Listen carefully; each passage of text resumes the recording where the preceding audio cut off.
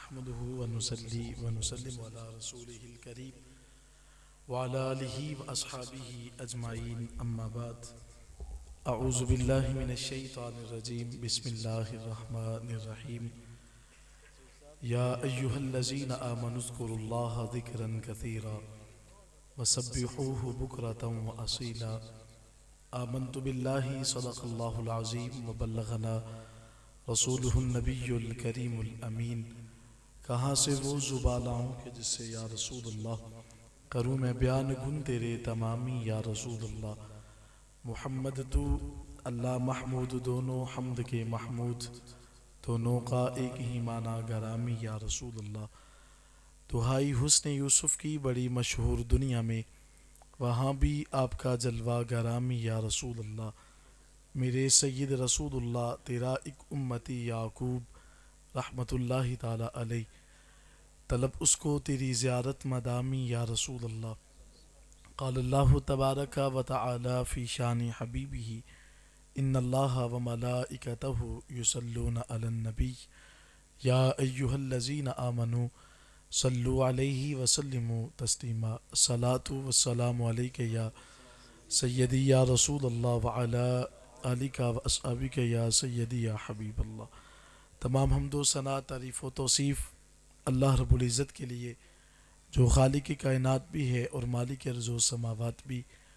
اللہ تعالیٰ جل و علا کی حمد و ثنا کے بعد حضور سید الانبیاء امام الانبیاء حضور تاجدار ختم المرتبت علیہ تحیت و ثنا کی پاک بارگاہ میں ہدیہ درود و سلام کا نذرانہ پیش کرنے کے بعد نہایت ہی واجب الاحترام پیر طریقت، رہبر شریعت، آشنائے حقیقت، حضور منبع رشد و ہدایت، جانشین مختوم ملت حضرت صاحبزادہ پیر درویش میاں حامد رضا محسن صاحب، مرکزی سجادہ نشین دربار عالی آستانہ عالیہ ہیبت پور شریف، اور نہایت ہی محترم میرے برادر مکرم جناب صاحبزادہ پیر محمد حسن رضا وحید نقشبندی صاحب، آستانہ عالیہ ہیبت پور شریف، استاذی و مکرمی استاذ الحفاظ استاذ القرہ زینت القرہ جناب قاری افتخار احمد صاحب نقشبندی مجددی، اور دیگر یاران طریقت، سامعین کرام، حاضرین و ناظرین،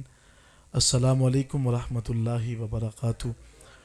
آج کا یہ سالانہ عرس مبارک اپنی اختتامی اوقات کی طرف جو ہے وہ رواں دواں ہے، اور چند لمحوں کے بعد قبلہ پیر صاحب آپ کے سامنے اپنے ملفوظات عالیہ سے آپ کو نوازیں گے۔ میں بڑی اختصار کے ساتھ ایک دو بات آپ کی گوش گزار کرنا چاہتا ہوں۔ رب کائنات نے قرآن کریم برہان الرشید میں اہل الذکر کے حوالہ سے ارشاد کیا ہے، یا ایہا الذین آمنوا اذکروا اللہ ذکرا کثیرا۔ اے ایمان والو، تم کثرت کے ساتھ اپنے مالک کو یاد کرو، وسبحوہ بکرۃ واصیلا، اور صبح و شام اپنے مالک کی تسبیح کو بیان کیا کرو۔ اہل تصوف صوفیاء کی بارگاہ سے ایک جو اہم پیغام ہمیں حاصل ہوتا ہے وہ اللہ کی یاد ہے، اور اس کی یاد میں اپنی زندگی کو بسر کرنا ہے۔ رب کائنات نے قرآن کریم برہان الرشید میں ارشاد فرمایا، فاذکرونی اذکرکم واشکروا لی ولا تکفرون۔ اے میرے بندے، تم مجھے یاد کیا کرو تو میں تمہارے نام کے چرچوں کو بلند کر دوں گا، تم میرا شکر ادا کرو اور میرا کفر نہ کیا کرو۔ قرآن کریم برہان الرشید میں ایک مقام پہ اللہ تعالیٰ نے ارشاد کیا، انما المؤمنون الذین اذا ذکر اللہ وجلت قلوبہم واذا تلیت علیہم آیاتہ زادتہم ایمانا وعلی ربہم یتوکلون۔ خدا فرماتا ہے کہ مومن کون لوگ ہیں؟